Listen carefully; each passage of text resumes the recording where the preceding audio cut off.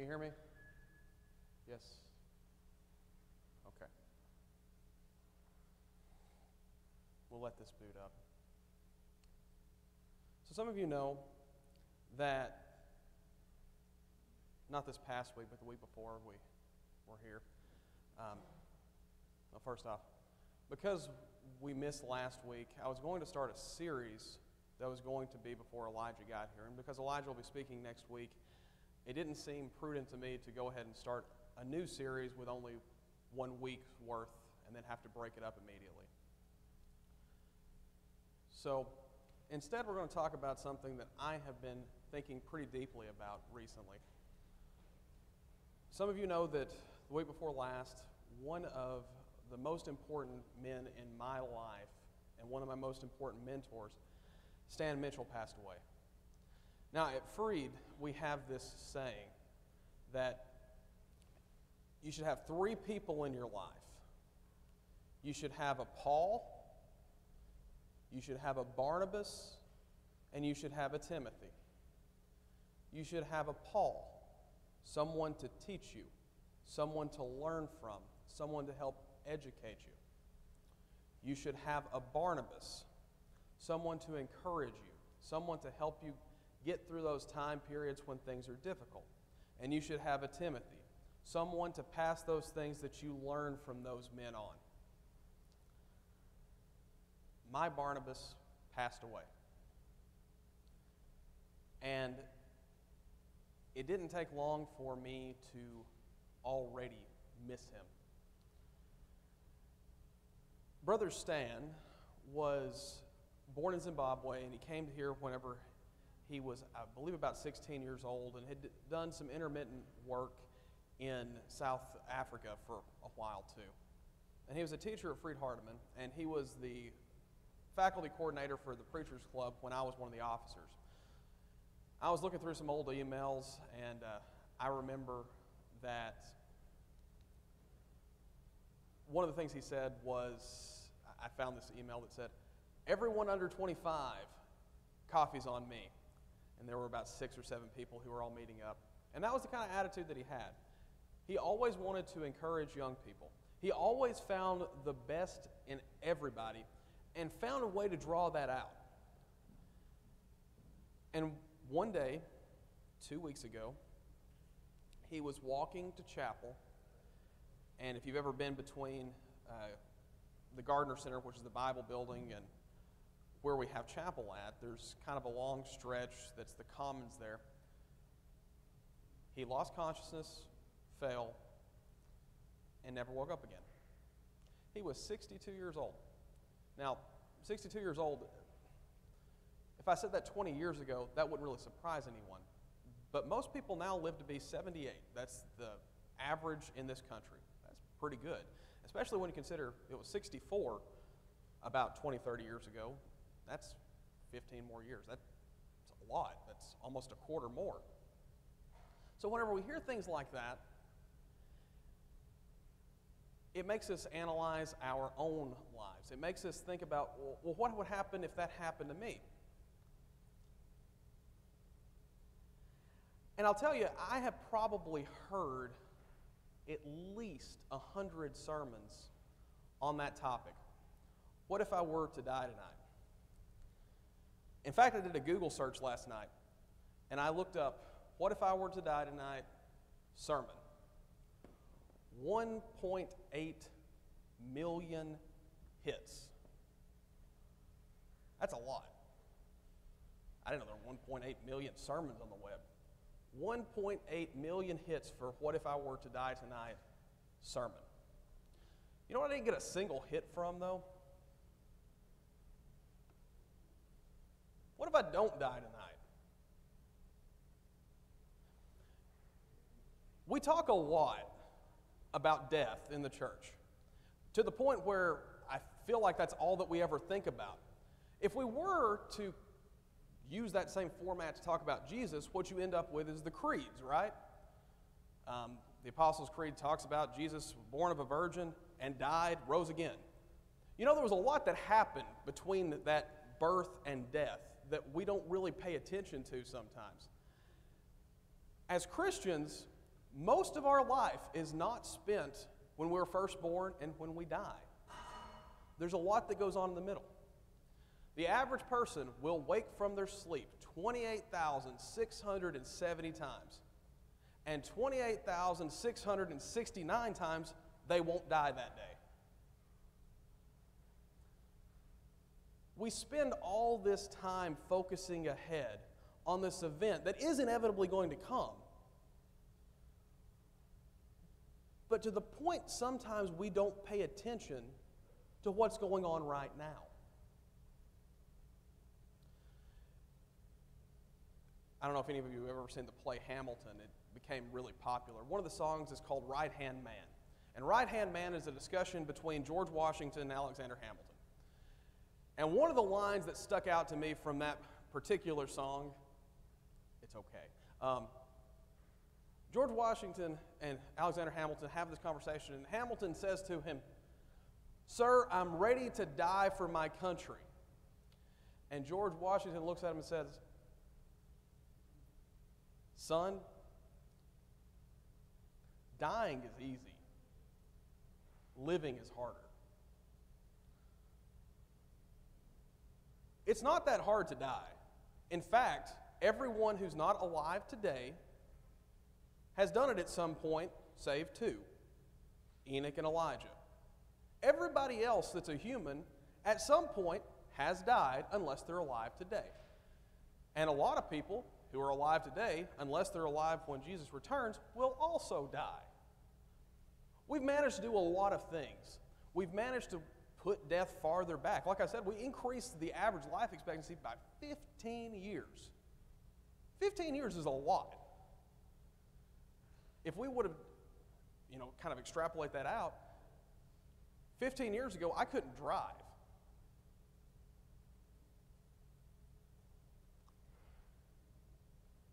Whenever we wish life away and fail to see what we need to be doing now, what we need to be doing in the mundane, sometimes we get so focused on what's ahead that we never accomplish the things that we need to do while we're here on earth. William Wallace, the man who Braveheart was based on, a ton of things in that movie that aren't true. He actually did say this: "Every man dies, but not every man truly lives." As Christians, it's our responsibility to make sure that while we're here, we are living.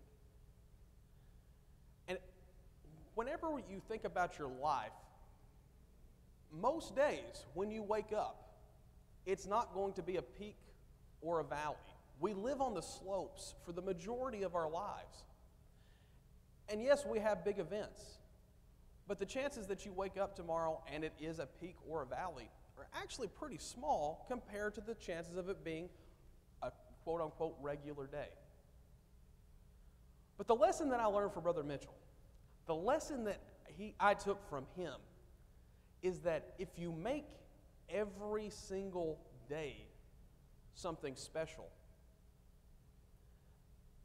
then no matter what happens tomorrow, it is going to be a good thing. You don't have to worry about what if you die tomorrow. Now, I don't like the concept of live like today was your last day. Because I'll tell you, if I did that, I would run out of money pretty quick. I can't take a trip to Barbados every single day.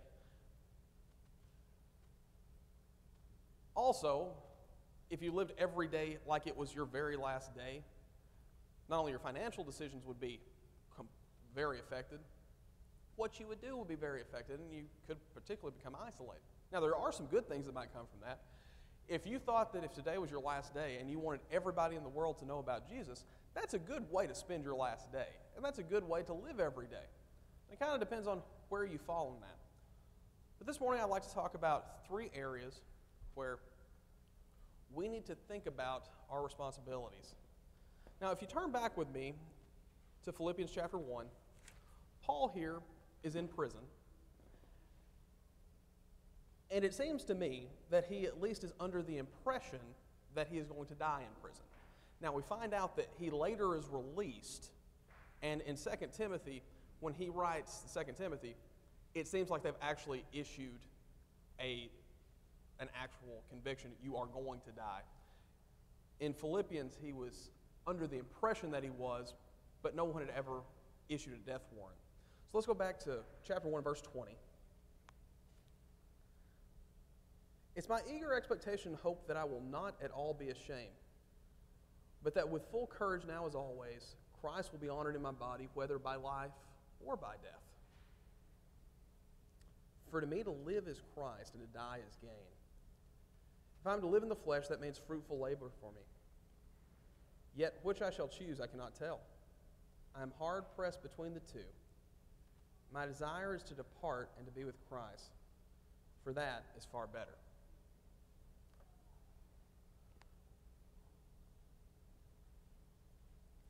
I don't think it's going to work for us this morning, so I'm just going to keep going.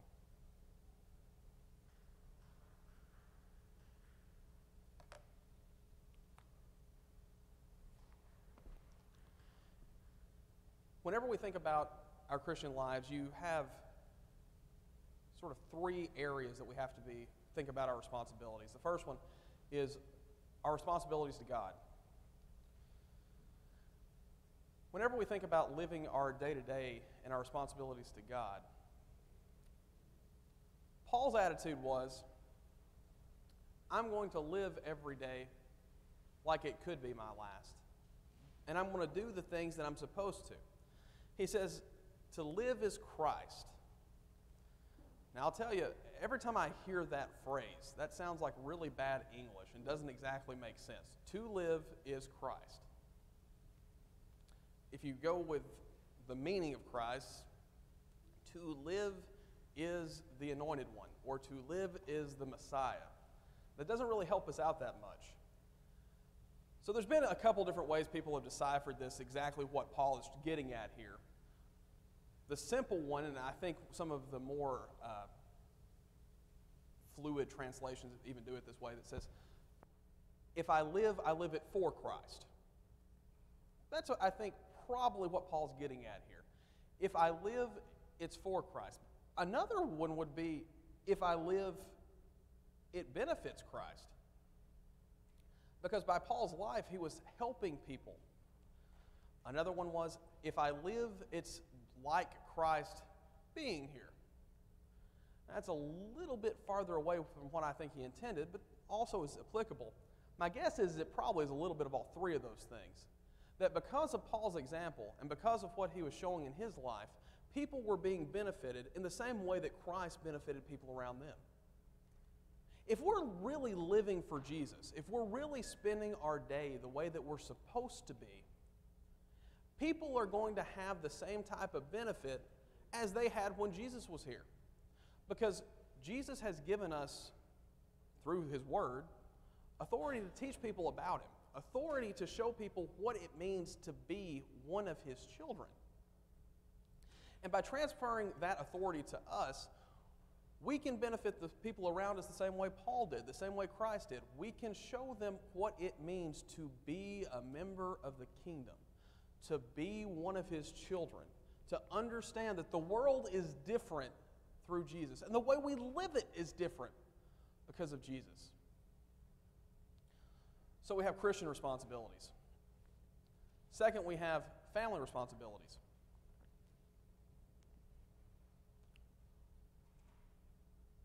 Whenever you wake up in the morning, provided you don't live completely an isolated life, and I imagine most people here don't because you're here, you're going to have some things that you have to do probably before you even leave the house. You have some responsibilities that you need to take care of to make sure that your family is either provided for or in some way benefited. A lot of us have jobs. We have a job so that we can benefit our family, so we can eat, so we can have a place to live. We have some people who stay at home. They take care of children, and that's also for the benefit of the family. Without the family system, things tend to fall apart. We have responsibilities to our families to make sure that they're encouraged, to make sure they feel like they're important, to make sure they feel like they're loved. Those responsibilities we're going to have tomorrow if we wake up and we're not dead. It's pretty easy what you're going to do tomorrow if you died in your sleep. You're not going to do anything, right? I heard a sermon of these 100 that I've heard. One said, "What would you do if you died tonight?" That's pretty easy. You do nothing because you're dead.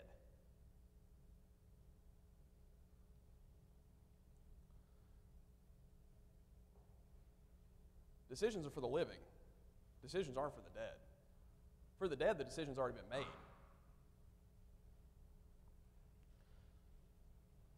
Within our families, it's important for us to let them know that we care about them and that every day is one more day that we can show that love. Every day is a special day because it's a time that we get to spend with those people. Every day is important. So we have our responsibilities to God, we have our responsibilities to our family, and we also have our social, economic type responsibilities within the secular world. It is very hard in this world to live completely isolated without interacting with the world in some way. There's a few groups who have tried to do it, but even they end up having to branch out. I think about the Amish population. The Amish population cannot produce enough money by only selling to themselves. You ever notice that? In order to make any type of actual income, they have to branch out from just selling to themselves and start selling to somebody outside. Every time that I've seen somebody try to do one of these self-contained,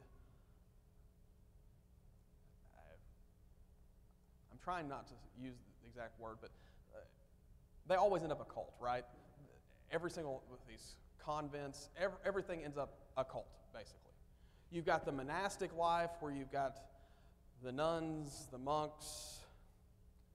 They still have to interact with the world too, at some point. You don't live life in isolation.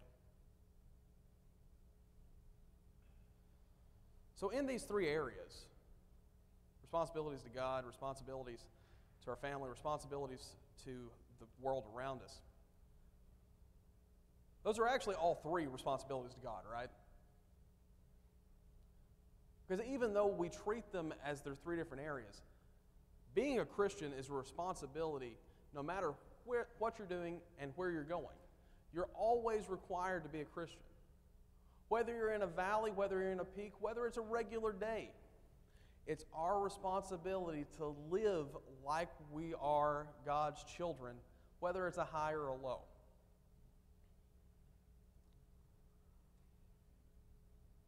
Looking back at verse 23, I'm hard-pressed between the two. My desire is to depart and be with Christ, for that's far better. But to remain in the flesh is more necessary on your account. Convinced of this, I know that I will remain and continue with you all for your progress and joy in the faith, so that in me you may have ample cause to glory in Christ Jesus because of my coming to you again. Paul says, you know, I might die while I'm in prison. In fact, I kind of hope I do. But I know that if I live, you're the one who's going to be benefited from it. You're the one who's going to grow stronger because of me living.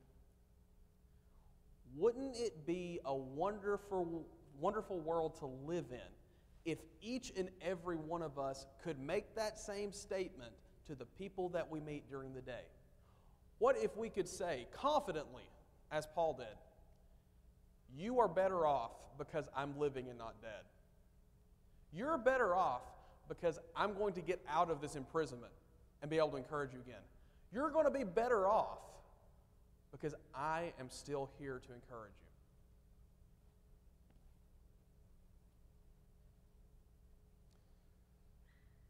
Every man dies. Not every man truly lives. Are you living today the type of life that Christ will be proud of? Are you living today the way that Jesus would have you live? Are you living today in the way in which the world around you is a better place because you are a reflection of God's image and Christ's image in the world you inhabit?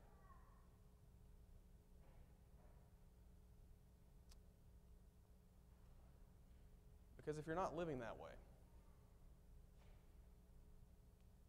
when you do die, it's not going to be a good situation for you. There's no such thing as a second-rate Christian. There's no such thing as a second-rate Christian. Either you are or you're not. This morning, are you living the Christian life the way that God intended? Please think seriously about your souls. Together we stand and sing.